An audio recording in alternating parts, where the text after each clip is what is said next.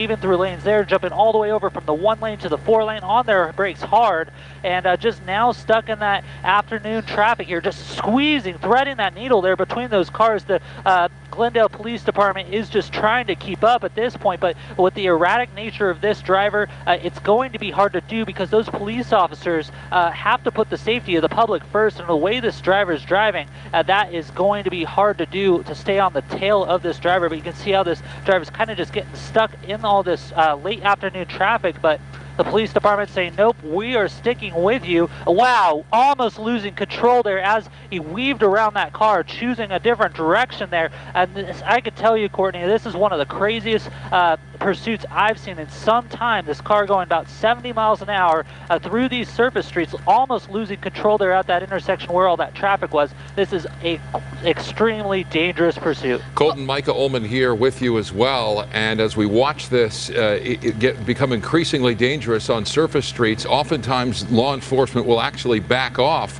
and try and calm things down. It doesn't appear at this point that these officers are willing to do that. That's right, and what we're hearing is that, you know, backing off of this pursuit hasn't really seemed to slow down this suspect. The suspect is simply wanted for a traffic violation starting probably 30 minutes ago, and it's just the suspect has just kept driving quite erratically since then. You can see it kind of doing that loop there through that residential area. Luckily, not a lot of people are just, wow, just missing those cars into that power line there. Wow, okay. That is quite, and they're going to have to protect the public there too, so they're going to take this slowly. They're going to call fire and ambulance services to the area to stage for when they get this suspect out of the vehicle. But right now, with that armed and dangerous kind of want out for this suspect, it's going to be a slow process to make sure that the suspect isn't going to harm any of the officers or the public. You can see they have a canine unit out as well, so if this suspect comes out and decides to run, which would be hard to do after that type of impact, that canine officer is there and ready to take the suspects into custody. Three people in the car, three people so far coming out of that vehicle.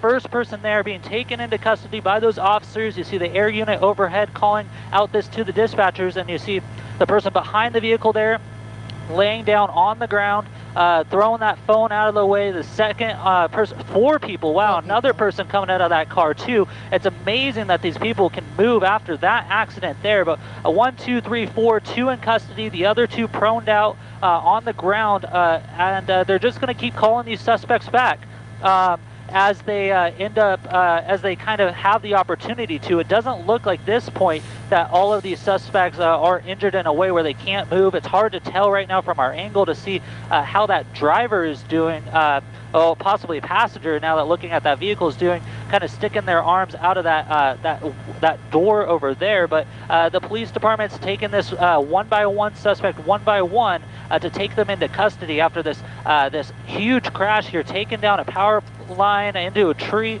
Luckily, no civilians or the public was injured, but there you go. They're going to take that 4th person into custody, standing up, walking slowly back to those officers. This is what they want to see as they take these suspects into custody. Very slow movements. They're going to check the suspect for weapons, take them into custody, and then they're also interviewing all these different suspects to make sure there's no one else in the vehicle. There's number 5 coming out of the vehicle. So a lot of people in that very small Toyota vehicle there, and luckily they're all moving well. You see that last person there just said, hey, I'm done. I'm going to come over. I'm going to put my hands behind my back. And I'm ready to be taken into custody. But those officers still poised to make sure that they can clear that vehicle and make sure that it is safe and this situation is wrapped up here in the Los Feliz area here, just to the west of the 5 freeway, and to the, let's see, south of, this is actually Echo Park, my bad. And so now you're going to see the officers here come together, and they're going to approach the vehicle and clear it, Micah. There it is again. Sorry, Courtney. As we see on screen, right, a replay of this crash, and a minor miracle, frankly, that no one was hurt, either bystanders or anyone in that car. Look at that. This happened at a Arco gas station right there. Can you imagine just pumping gas and seeing this all go down? And amazingly, 5 people got out of that vehicle and seemingly looked okay, that they were able to walk out unhurt. Amazing. And it looks like they've cleared the car. It's quite amazing that those suspects made it out of the vehicle. It looks like they're clearing that car. You can see how the officers' kind of poise has changed, and they're still going to make sure that they get able to look in that trunk and everywhere. But for the most part here, it looks like